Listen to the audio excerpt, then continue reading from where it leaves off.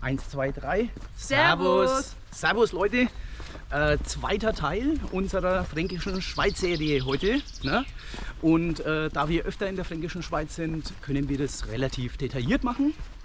Und deswegen gehen wir heute einfach mal linksseitig von Ebermannstadt an den Berghängen entlang ins Wiesental und gucken mal, was es da so gibt.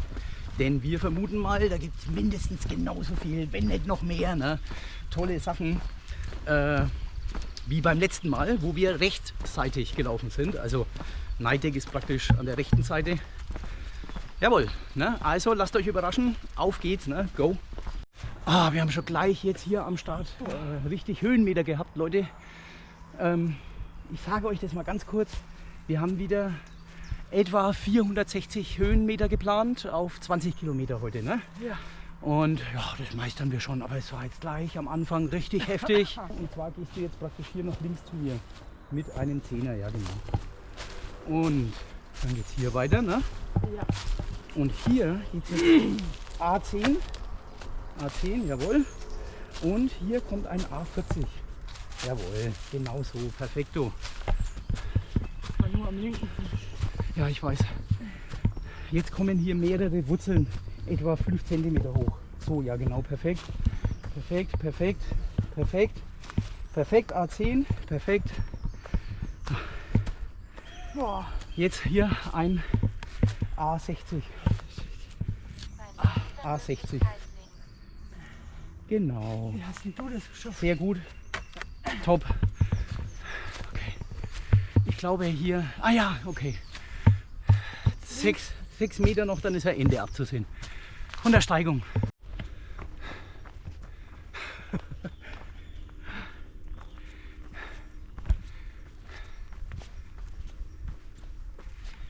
Wow, es geht echt krass nach oben. Wir lassen jetzt mal den Puls wieder etwas absenken. Und dann geht's weiter, ne? Ja. Oh, und da vorne ist jetzt so ein Aussichtspunkt. Da schauen wir gleich mal hin. Leute, oh Mann. Also jetzt sind wir echt verdammt weit oben und ich sage euch was, Leute, wir lieben diese Liegebänke hier. Die gibt es hier überall in der Gegend um Ebermannstadt rum. Die sind sowas von cool, so gemütlich. Ne? Sowas bräuchte man beim München Mammutmarsch als Versorgungs. Genau. Und wenn man hier genau reinschaut, ich weiß nicht, ob ich das später noch mit dem Zoom ein bisschen verbessern kann, aber da drüben sieht man die Wallerwarte, wo wir in Teil 1 waren. So, auch für die Christa hat der Tag schon ziemlich chaotisch begonnen. Ne? Ja. Erzähl mal, Christa. Ja. Also erstens habe ich verpennt, irgendwie hat der Wecker nicht geklingelt oder ich habe nicht gehört. Naja, und dadurch konnte ich nicht Gassi gehen, das musste mein Freund machen. Das hatte dann auch zur Folge, dass ich die Trinkblase nicht mitgenommen habe, weil das war zu zeitaufwendig mit Schlauch und alles. Jetzt habe ich eine Literflasche an der Seite reingestopft. So, dann ging es im Zug weiter.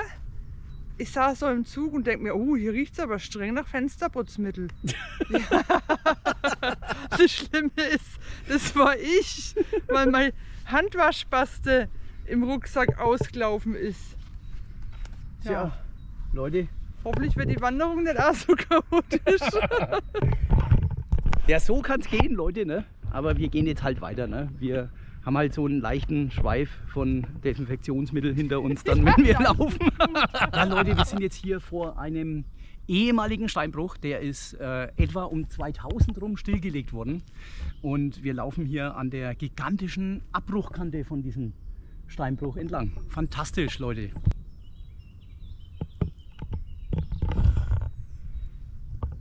Also Leute, ich versuche das hier einzufangen. Ich weiß nicht, ob die Kamera das einfängt. Diese gigantische Abbruchkante von dem Steinbruch.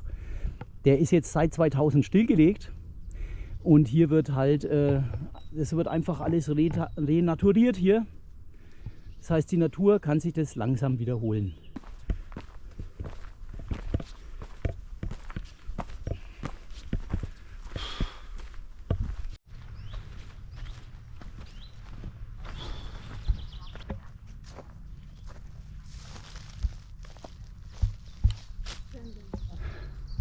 Yes.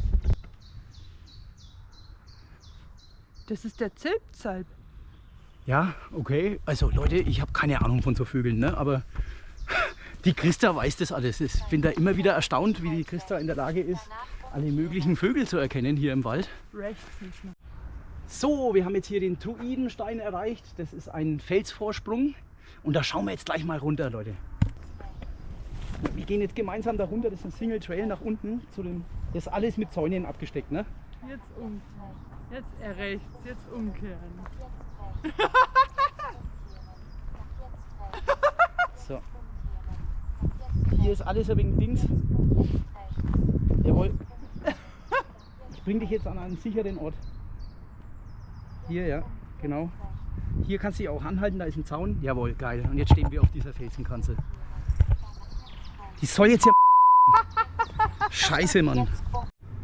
Ah, okay, Druidenstein, Leute. Eine Wahnsinnsaussicht von hier. Ja, hier unten jetzt dann wieder Ebermannstadt und so weiter. Da drüben die Wallerwarte. Und die Neideck sieht man hier. Ja, die sieht man jetzt noch nicht. Die ist da hinten. Ja. Aber ein krasses. Also das ist wirklich krass. Ja, Christa, da werde ich mal wieder ganz viel Audiodeskription machen müssen. Ja, Christa, es tut mir leid, aber es sind erst 200 Höhenmeter gewesen. Ne? Tja, das Leben ist hart. Da haben wir noch einige Höhenmeter vor uns, so wie es aussieht. Naja. Einfach nur fantastische Landschaft hier. Wunderbar. Bis jetzt haben wir es nicht bereut. So, jetzt sind wir kurz vor Gasseldorf. Da gehen wir jetzt runter in die Ortschaft. Und dann geht es hoch zum Hummerstein. Das ist auch so eine natürliche Felsformation. Gucken wir mal. Wir haben jetzt ungefähr 250 Höhenmeter sowas. Aber schauen wir mal, wie es weitergeht.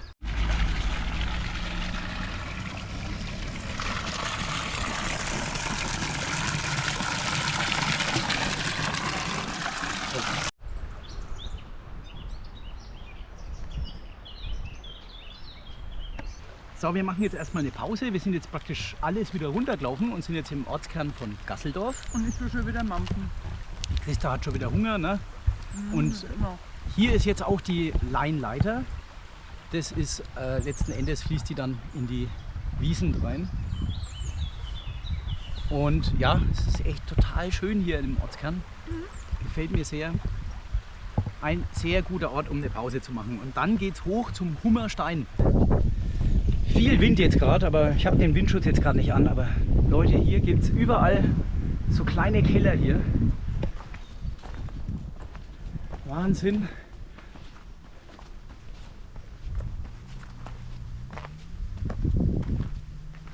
Krass, oder? Ja.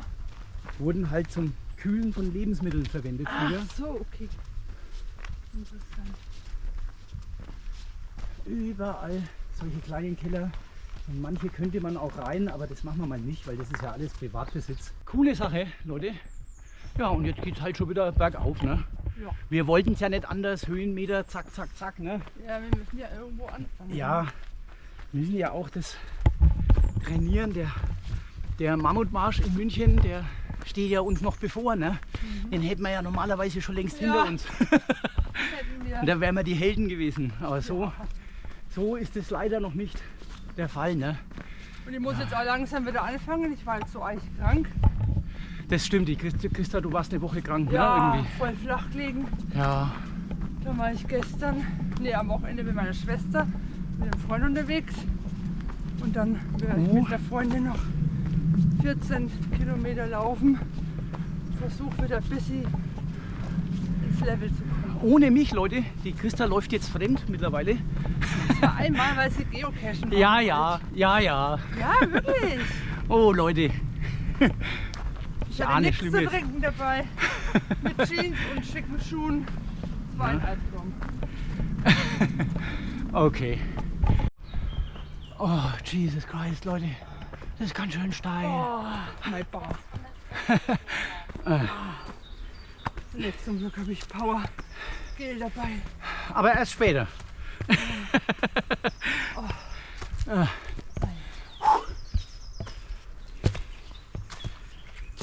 Das seht ihr mal, Leute, was die Christa, ne? mir immer reindrückt, ne? Mir alten Mo. Ja. Ne? Ein alter Mo ist kein D-Zug, Leute, das sage ich immer dazu. Boah. Ja, okay. Hilfe, Wir melden uns, Leute, wenn wir es noch können. wenn es wieder was Spannendes zu berichten gibt. Also so rein gefühlt haben wir jetzt bald den Hummerstein erreicht, glaube ich. Wir gucken mal. Richtig cool, Leute. Genau das richtige Training für uns. Ich bin noch nie so weit bergauf gegangen. Doch, bist du schon, aber halt noch nicht so steil am Stück, ne, Ja, schätze ich. wahrscheinlich. Ja.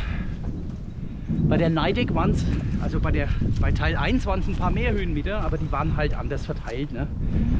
So. Schauen wir mal.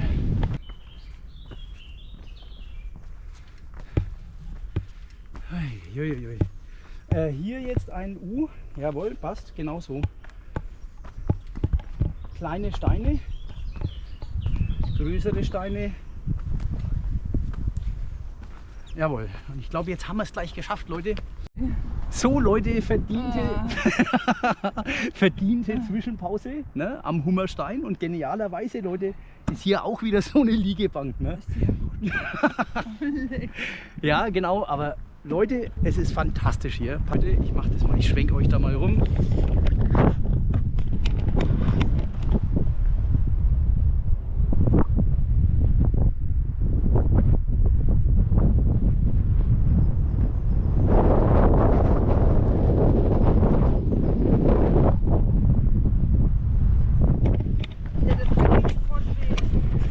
Ist halt ein bisschen windig hier, Leute, ne? Aber es wird schon passen. Genau hier unten ist jetzt dann auch Gasseldorf, ne? Wo wir vorhin noch durchgelaufen sind. Also fantastisch, Leute. Einfach cool. Unbezahlbare Ausblicke hier. So, Leute, und der Hummerstein, auch das war mal eine Burg, und zwar eine ottonische Burg aus dem 9. Jahrhundert. Da ist allerdings gar nichts mehr übrig, mehr oder weniger. Ja, genau. Und es geht jetzt weiter, ne? Ja. Richtung Binghöhle, Leute. Jawohl. Bing! Ich merke einen Mangel an Vertrauen, ne? Der Christian hier gegenüber bei Single Trails, ne? Aber wir kriegen das schon hin, ne? So. Also eigentlich, ne? Ja. Müsstest du merken, dass ich dir vertraue, weil ich die Knieschoner nicht anhabe. Ha, siehste mal. Jawohl. Ganz viele U's, ne? Eines Tages sind die U's wieder vorbei.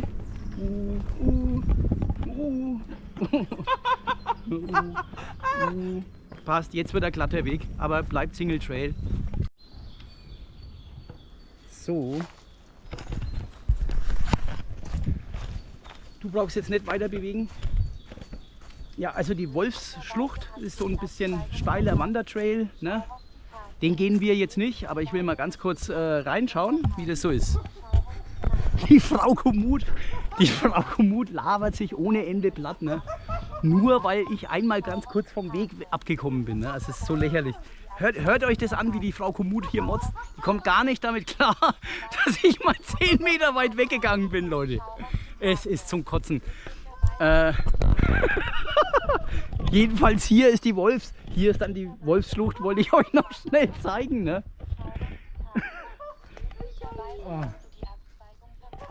Oh Gott, ich gehe jetzt schnell wieder hoch, damit die Komoot sich wieder beruhigt. Ey, das ist ja schrecklich mit der. Ey, die labert die ganze Zeit, ne? Hört nicht. Leute, ich weiß noch nicht, wie das vorhin jetzt rübergekommen ist, ne? Aber die Frau Komoot hat auf einmal nicht mehr aufgehört zu reden. Das ist der absolute Hammer. Und dann sind wir wieder ein bisschen zurück, dann hat sie sich wieder beruhigt. Hey. Ja. So Leute, das Gros der Höhenmeter haben wir jetzt schon so langsam. Sollten wir an die 400 Höhenmeter sollten wir jetzt haben. Oh. Streitburg halt nochmal. Die Streitburg kommt dann nochmal, genau. Da wollen wir auch noch hin. Haben wir noch gar nicht verraten, jetzt haben wir es verraten. Entschuldigung. Und ja, jetzt kommt noch mal eine Aussichtsplattform, da müssten noch ein paar Felsformationen kommen, die eigentlich alle unfassbar schön sind. Ja Leute, es ist halt hier, ganz ehrlich, es ist hier auch so schön, dass man einfach auch Pausen machen muss, ne? Und das Ganze irgendwie gemütlicher angeht. Man würde sonst was verpassen. Es gibt hier so schön, so viele Ausblicke. Christa ist wieder im Jammern. Ach, die Christa, die jammert halt mal ein bisschen temporär jetzt, ne? So, jetzt pass auf, jetzt geht es sehr steil nach unten. Da musst du einfach ganz langsame Schritte machen. Es sind da Steine und Wurzeln drin. Okay? Es geht aber eigentlich, alles nicht so wild.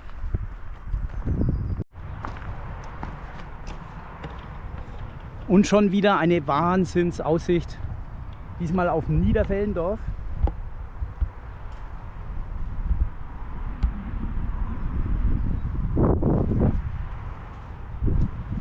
Und man kann jetzt hier schon die Neideck sehen. Ist schon deutlich näher. Und das hier ist das Felsentor. Dieser Felsen ist so gut 10 Meter hoch. Und bilden jetzt die beiden Felsen, die bilden jetzt hier ein Tor. Das ist das Felsentor, fantastisch. Da laufen wir jetzt durch. Okay, also da geht es jetzt krass nach unten. Das wird eine Herausforderung für uns werden. Aber wir schauen mal. Die Scheiße. So, also dieser Weg nach unten, der wird auf jeden Fall eine Herausforderung für uns sein. Da müssen wir gucken. Und hier nochmal der Blick auf das Felsentor. Da bitte genau meinem Rucksack folgen. Ne? Ja? Sehr schön.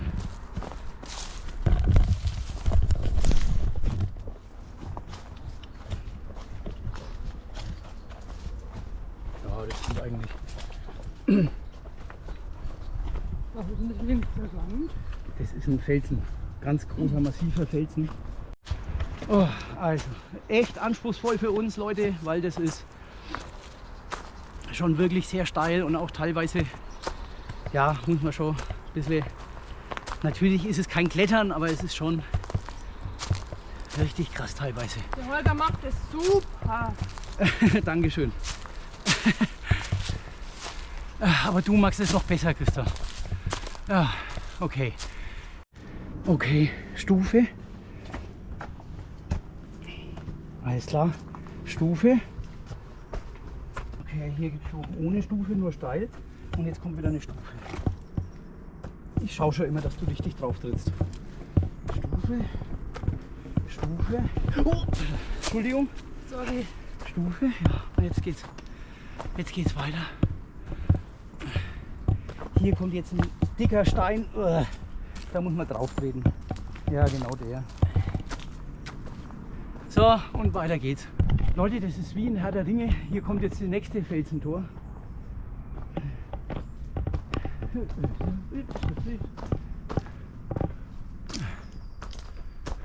Gehen wir das steilere, dafür kürzere?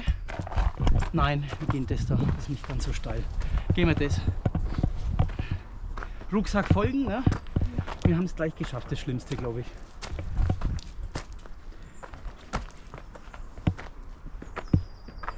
Okay, gut.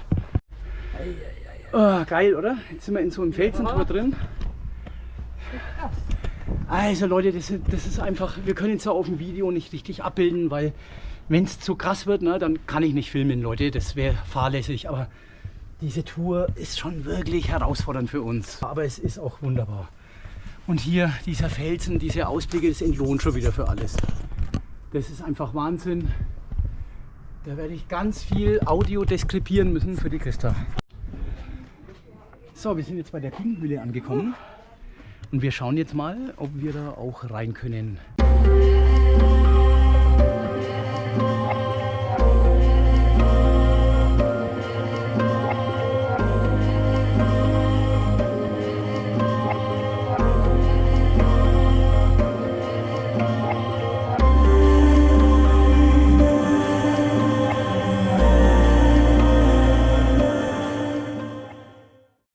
So Leute, wir waren jetzt eben in der Binghöhle und es war auch wirklich schön.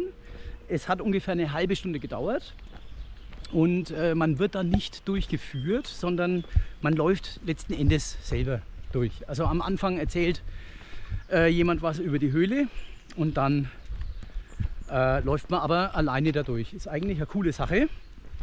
Und man darf aber nicht filmen. Also, naja, also nicht jetzt, weil irgendwelche Tiere gefährdet werden könnten oder sonst was, sondern einfach, weil das sonst zu lange dauert, wenn jeder da filmen würde. Deswegen, ja, man darf aber fotografieren. Also haben wir ein paar Fotos gemacht, ne? Und die bauen wir dann in das Video ein. So Leute, das ist jetzt das Tor der Burg Streitburg, wo wir jetzt angekommen sind. So, liebe Leute, wir sind jetzt hier auf der Burg Streitburg. Die ist 1120 das erste Mal erwähnt worden, also ähnlich wie die Neideck, wo wir ja im Teil 1 unseres Videos waren. Und wenn man jetzt mal geradeaus vorschaut, ich zeige das mal, dann sieht man, dass die Neideck genau gegenüber ist. Also, ist doch echt interessant, ne? Ja, und da gab es ein schlossartiges Haus, gab es hier auch, glaube ich. Da hat man noch irgendwo die Grundzüge davon gesehen. Und hier gab es auch ein Lochgefängnis. Das hat aber leider nicht geöffnet, das können wir euch nicht zeigen.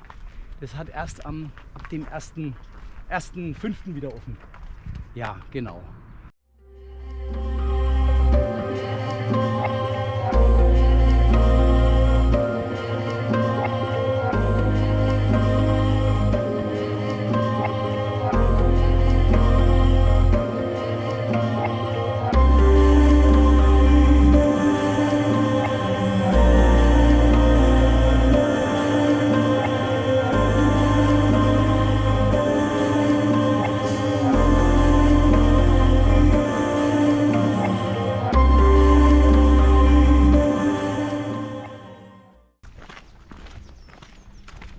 Next Stop ist dann Muschelquelle jetzt.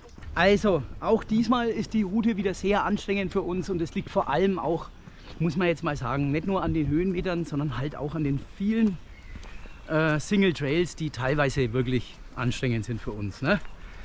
Aber dafür machen wir ja die Fränkische, dass wir genau das trainieren, ne? Weil am Anfang hatten wir da echt auch noch Gedanken. Also als wir angefangen haben mit dem Wandern, da haben wir uns überlegt, geht es überhaupt? Aber es stellt sich heraus, es geht. Wir brauchen dann halt ein bisschen länger. Ne? So Leute, hier an der Muschelquelle, da gibt es auch ein kleines Kneippbad und ich habe mir das nicht nehmen lassen, da mal Neid zu haben. Ne? Und die Christa macht es jetzt auch. So. Kommst mal mit? Jawohl. So, hier, erste Stufe. Ne? Zack, jawohl. Oh Gott, das macht die einfach so, Leute. Oh Gott, Wahnsinn. Zweite Stufe, ne? Jetzt geht es noch eins tiefer, aber dann wird deine Hose nass. Dann bleibt so, ne? Oder? Die Christa spinnt, Leute, die geht da ganz neu. Hilfe! Gib mal deine Hand. Ach, da ist der Geländer. Ja. Und in der Mitte ist jetzt auch ein Geländer. Da kannst du mit der anderen Hand hingreifen. Deine Hose ist schon nass, aber ist egal. Alter, ist das kalt. So, jetzt musst du aber auch durchlaufen. So, also hier entspringt jetzt die Muschelquelle. Ne? Und direkt bei der Muschelquelle, da gibt es auch eine ganz, ganz kleine Höhle. Das ist das Schneiderloch. Und da schauen wir jetzt noch rein. Ne? Wieso heißt das eigentlich?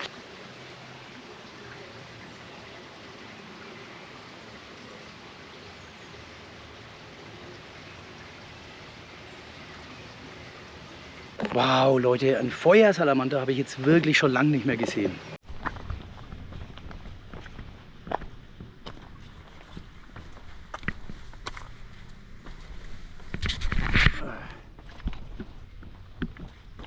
So, dann gehen wir mal ins Schneiderloch. Das mache ich jetzt solo.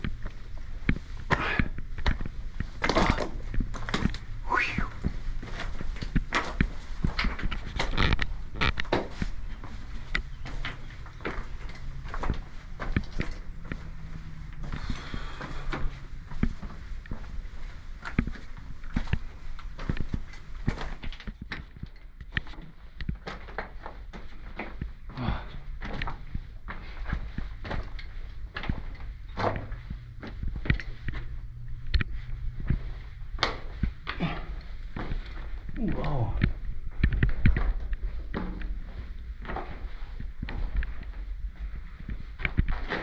Ja. Leute, ist eine sehr kleine Höhle, aber cool.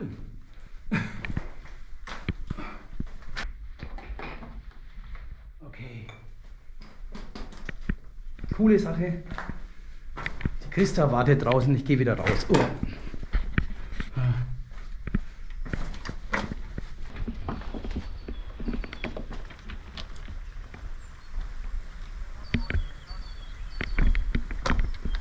So Leute, nachdem wir jetzt am Schneiderloch waren und Muschelquelle. an der Muschelquelle, genau, jetzt hätte ich es beinahe schon wieder vergessen. Ne? Und ein Feuersalamander hast du gesehen. Richtig, an Feuersalamander habe ich auch noch gesehen. Jetzt gehen wir runter nach Streitberg, ne? Und dann geht es letzten Endes im Tal entlang der Wiesent wieder zurück nach Evermannstadt, Leute. So Leute, im Tal ist ein bisschen windiger, ne? Aber ich habe den Windschutz drauf gemacht auf die GoPro. Mal schauen, ob es was hilft. Wir laufen jetzt im Wiesental zurück zum Bahnhof in Evermannstadt, ne? Jawohl! Die schreit ja wie blöd, ne? Ja, okay. Was gibt's noch zu sagen? Die Wanderung war halt schon ein bisschen chaotisch. Bisschen chaotisch und krasse Höhenmeter diesmal. Ja. Also klar, es waren insgesamt weniger Höhenmeter als beim ersten Teil, ne? Aber es war halt, die Höhenmeter waren halt mehr komprimiert, ne? Und diesmal muss man mehr die Füße aufheben bei so Steintreppen, Wurzeln. Genau, wir hatten diesmal wirklich verdammt schwere Trails und die halt einfach länger. Dann reduzierst du dein Tempo und dann wird es problematisch für uns, ne? Ja. Aber wir stellen uns eben den Dingen und machen Und das halt. kein Wisst ihr was, dann Kaffee braucht man halt hat man. länger. Dann braucht man halt länger, scheiß drauf, ne? Jawohl. So, was ist jetzt mit Kaffee? Den hat Entschuldigung. man auch nicht dabei. Den Kaffee hat die Christa wieder vergessen, ne? Ich Und habe solche Gels dabei, aber die wollte ich einfach noch nicht trinken. ja. Okay, Leute. Wir sagen euch was, ne? Geht raus, Leute, ne? Und Bewegt euch! Leute, so Leute, geht raus und bewegt euch, ne? Oder Christa? Jawohl! Bist du auch der Meinung? Bewegen ist gut, dann rostet man nicht so schnell. Genau, wir schreien hier rum, weil der Wind so arg ist. Ja. Jetzt ist er gerade nicht so schlimm. Können wir wieder normal reden. Jawohl, also Leute, ne? Dann macht's gut. Ciao, ciao! Ade.